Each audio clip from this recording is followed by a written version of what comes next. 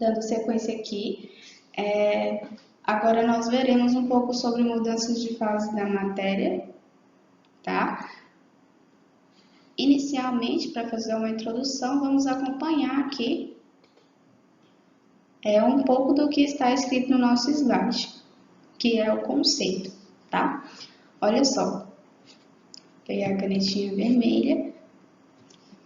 O estado de agregação da matéria pode ser alterado por variações de temperatura e de pressão. Certo? Compreenderam? E tudo isso acontece sem que haja alteração à composição da matéria. Ou seja, sua matéria ela vai passar por uma transformação. Só que essa transformação não vai alterar a composição. Essa transformação ela não vai alterar a composição da matéria, tá? Só vai alterar a forma como essa matéria se encontra em nosso meio, certo? Uma matéria no estado sólido, que é aqui o exemplo gelo, quando ela passa para o estado líquido, ocorre um processo denominado fusão, tá? A partir do momento que você tem uma matéria líquida e quer transformá-la em gás, você terá outro processo denominado vaporização. Atenção aqui ao processo de vaporização. Olha só, a vaporização ela é a passagem do estado líquido, da fase líquida, para a fase gasosa. Isso está claro. Ela pode receber dois nomes diferentes, que é evaporação e ebulição. O processo de evaporação é um processo em que a passagem é lenta, tá, gente? Como assim lenta? Olha só, no processo de evaporação, pelo fato de ser uma passagem lenta, vocês não vão conseguir ver aquele líquido evaporando, tá? Por quê? Porque não causa agitação no seu líquido, ou seja, não vai surgir bolhas no interior do seu líquido, tá? Então é um fenômeno de difícil visualização. Vocês não vão conseguir ver quando o líquido estiver evaporando, não a olho nu. Ok até aqui? No processo de ebulição, já é uma passagem rápida, tá? Ou seja, por ser uma passagem rápida, vocês vão conseguir ver o aquecimento do líquido e a ocorrência de bolhas, tá? Então, vamos efetivar aqui. A vaporização, ela tem dois processos, que é ela tem dois processos, que é evaporação e ebulição. Claro? Evaporação é uma passagem lenta, não ocorre agitação no seu líquido e nem ocorre surgimento de bolhas no interior do seu recipiente. Já no processo de ebulição é uma passagem rápida, ou seja, vocês vão conseguir ver aquele líquido aquecendo e vão conseguir ver a ocorrência de bolhas, tá? Quando vocês vão fazer café, por exemplo, chega um momento que a água começa a criar bolhas em volta do copo de café. Pelo fato de você conseguir ver essas bolhas, você já pode denominar esse processo como ebulição, tá? Geralmente, a ebulição ocorre quando se fornece um calor, uma fonte de calor àquele líquido, tá? Já a evaporação é até mesmo a temperatura ambiente, o calor ambiente, já consegue evaporar esses líquidos. Geralmente são líquidos mais sensíveis, que exigem ficar tampados, como por exemplo o álcool, tá? Ficou claro aqui o processo de vaporização, que é a passagem do líquido para o gasoso? Vamos dar continuidade. Caso vocês queiram pegar essa matéria no estado gasoso e passar para o estado líquido, vocês vão precisar fazer um processo, tá? E o nome dessa transformação é liquefação, tá? Liquefação ou condensação. Aqui ficou errado, pessoas? Correu um erro de digitação aqui. Vou até apagar, tá bom? Não é solidificação, não, é condensação, tá?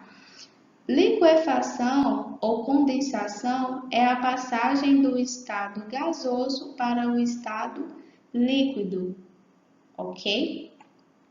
Se vocês quiserem passar do estado líquido para o sólido, aí sim é solidificação, ok? Você vai pegar uma matéria no estado líquido e vai transformá-la em sólido, você vai solidificar, ok?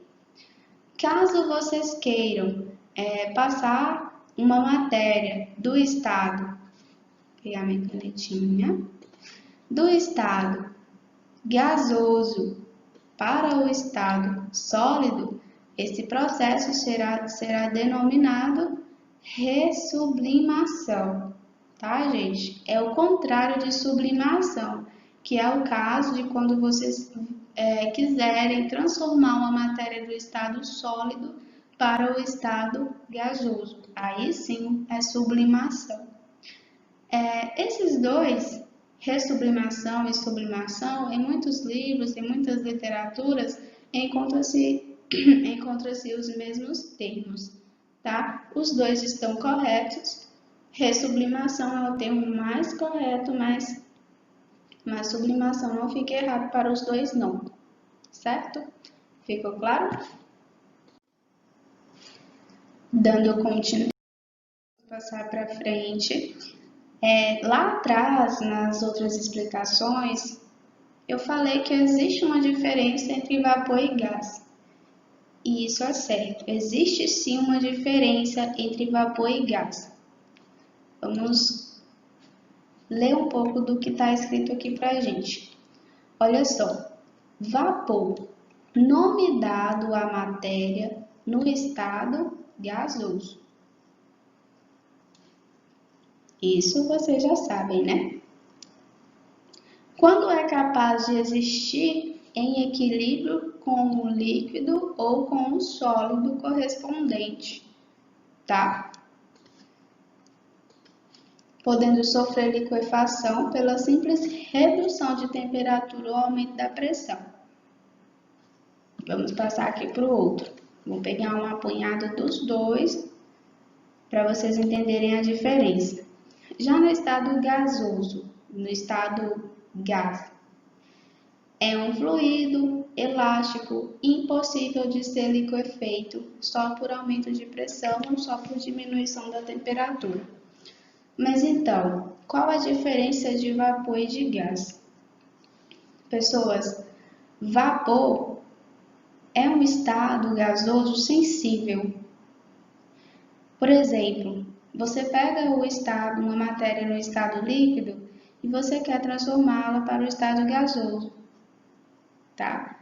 O que acontece? Vai ser transformado? Vai.